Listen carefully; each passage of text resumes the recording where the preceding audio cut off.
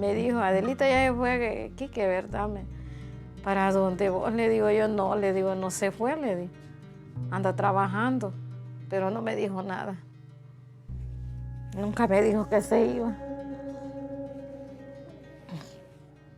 Tal vez porque sabe que yo no lo iba a dejar que se fuera. Porque yo ya sabía que era un camino muy peligroso ahí. Perdí a mi hermano Mauricio Francisco Suazo Mejía. Era el hermano número 7 de la familia. Yo fui una de las primeras que recibió la noticia, lo que había pasado en Cadereyta. Ellos se fueron en la segunda semana de abril. Yo le había contado que estaba bien difícil, pero a veces las necesidades son más fuertes que el miedo. Se van por pobreza, se van por violencia, se van por hambre, se van por necesidad. Cuando la gente migra por opción, por voluntad, es un derecho. Cuando la gente migra por necesidad, por condiciones de riesgo, de violencia, de pobreza, es más bien la violación a un derecho.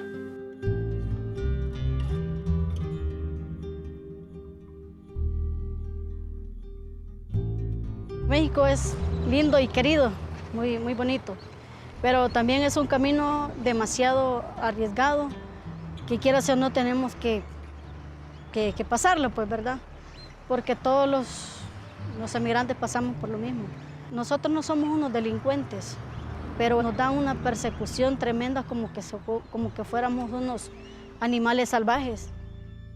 Los migrantes constituían ya un problema fundamental para el Estado mismo de Honduras, que es el principal responsable de que esa migración irregular exista, porque es un país expulsor, es un país que viola los derechos humanos al no asegurarle condiciones básicas de vida que permitan a una persona saber que tiene un proyecto de vida donde se va a respetar su dignidad y de su familia y que tiene esperanzas de prosperar. Y somos corresponsables, país expulsor, países de tránsito y países de destino.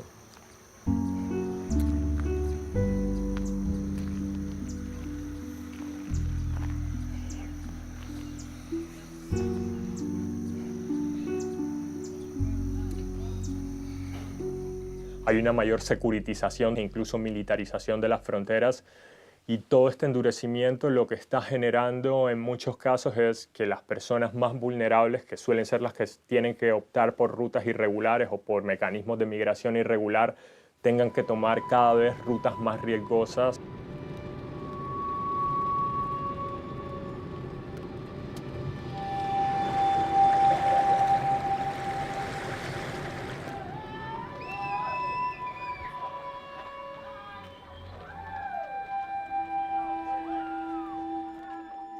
En mayo de 2012 nos enteramos de un hallazgo de 49 cuerpos que se encontraron en Cadereyta, Nuevo León.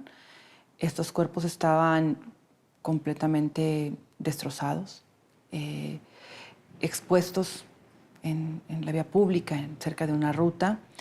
Y lo primero que dijeron las autoridades, pues que había sido un ajuste del crimen organizado, ¿no? Entre grupos del crimen organizado. Se negó que hubiera población migrante, ¿no? Y se negó que fueran víctimas.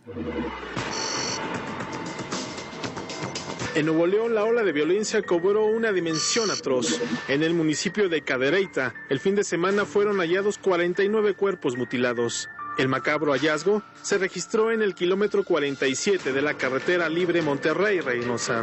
Sigue siendo una manifestación de violencia entre bandas del crimen.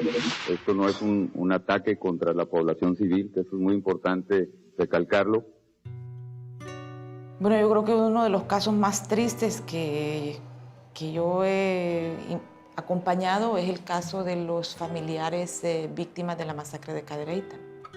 y ellos han tocado la puerta de la Dirección Consular de Relaciones Exteriores en múltiples ocasiones, nunca fueron oídos. Cadereyta fue muy más fuerte porque ya habíamos acompañado a las familias en un proceso psicosocial y habíamos sentido el dolor de esta familia, una lucha por justicia y por verdad. Nadie les daba respuesta y que esto hacía doler mucho más, ¿verdad? Saber que su hijo o su hija fue decapitado.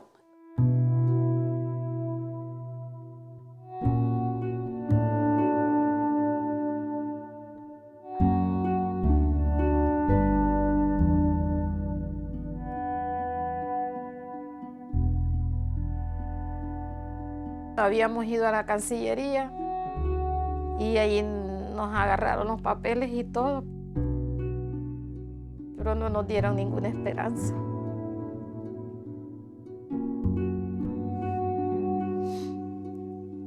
Y ya como al mes, parece, de habernos hecho los exámenes, vinieron los antropólogos argentinos y ya nos tomaron muestra y todo, entonces ya ahí sí ya tuvimos un poquito de esperanza.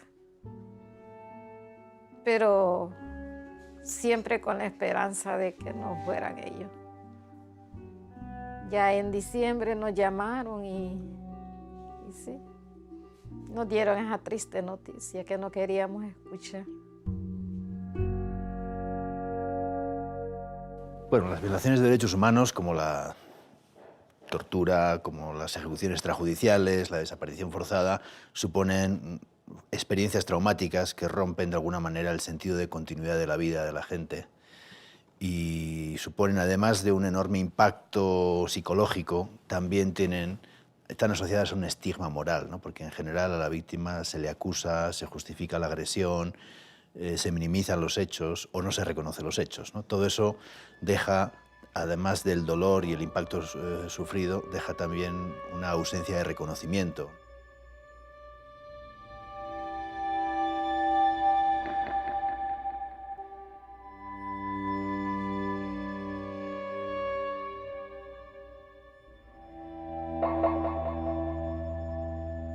La región está enfrentando una criminalidad transnacional y que evidentemente las medidas que se requieren tomar por parte de los gobiernos deben ser transnacionales. Ya no es suficiente tomar medidas nada más nacionales por lo mismo, porque la criminalidad es transnacional. Pues el mecanismo transnacional de justicia es pues la reparación a las víctimas, la búsqueda en vida y sobre todo pues la justicia, que se haga justicia y que se castigue a los culpables, porque tiene que haber un culpable. Los migrantes no desaparecen por desaparecer, son desaparecidos. Entonces, que existe ese mecanismo de búsqueda y de reparación a las víctimas y el acceso a la verdad y a la justicia. Estamos promocionando ya hace varios años la formación de un sistema regional forense para migrantes desaparecidos y restos no identificados, ¿no? Vemos la parte forense como una de las partes del aparato regional de justicia o el mecanismo regional de justicia que está promocionando e intentando crear la Fundación para la Justicia.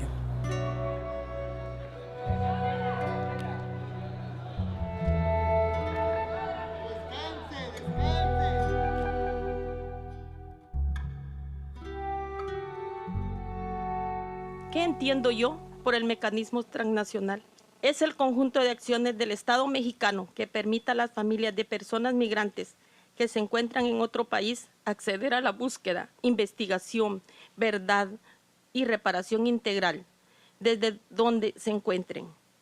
El exprocurador Jesús Murillo Caram se comprometió con las víctimas a ampliar la comisión forense hasta la ruta migratoria, más allá de los 3 casos resueltos, apoyar el mecanismo transnacional de búsqueda e investigación y la participación de expertos internacionales para revisar casos y proponer diligencias de búsqueda e investigación.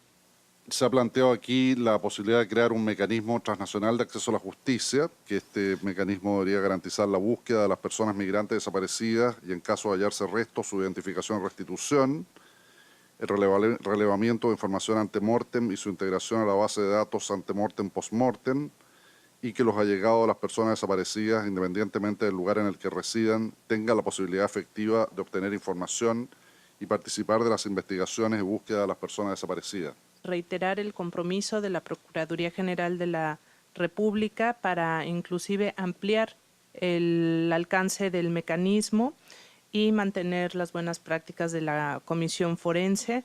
Estamos esperando que las reuniones que ya se han iniciado por parte de la Fundación con la Procuraduría y que están ahora en curso terminen a la brevedad posible para que se presente el primer borrador o la primera intención de ese convenio. Lo estamos esperando desde la Procuraduría y estamos nada más atentos a que se pueda presentar para poderlo firmar. Hemos encontrado con gente que dice que tiene 2, 3 días caminando, cómo lo hacen, cuáles son los puntos de operativos, dónde hay retenes.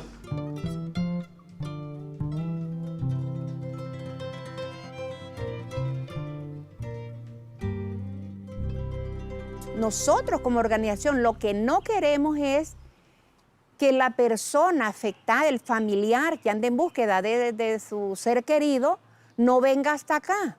¿Por qué razón? Porque no tiene los medios. Hay personas que no tienen un trabajo, no tienen la facilidad de conseguir dinero para viajar. La Comisión ve como un desafío a la hora de implementar soluciones que se entienda que los migrantes tienen derechos, que son sujetos de derechos y que no sean políticas punitivas. Lo que digo es que el tamaño del desafío es mucho mayor al tamaño de la respuesta. El tamaño del drama humano es mayor. Lo que sufren los migrantes, las migrantes, es de tal magnitud que tenemos que tener una respuesta más acorde, más digna, más fuerte, más seria, más estructural.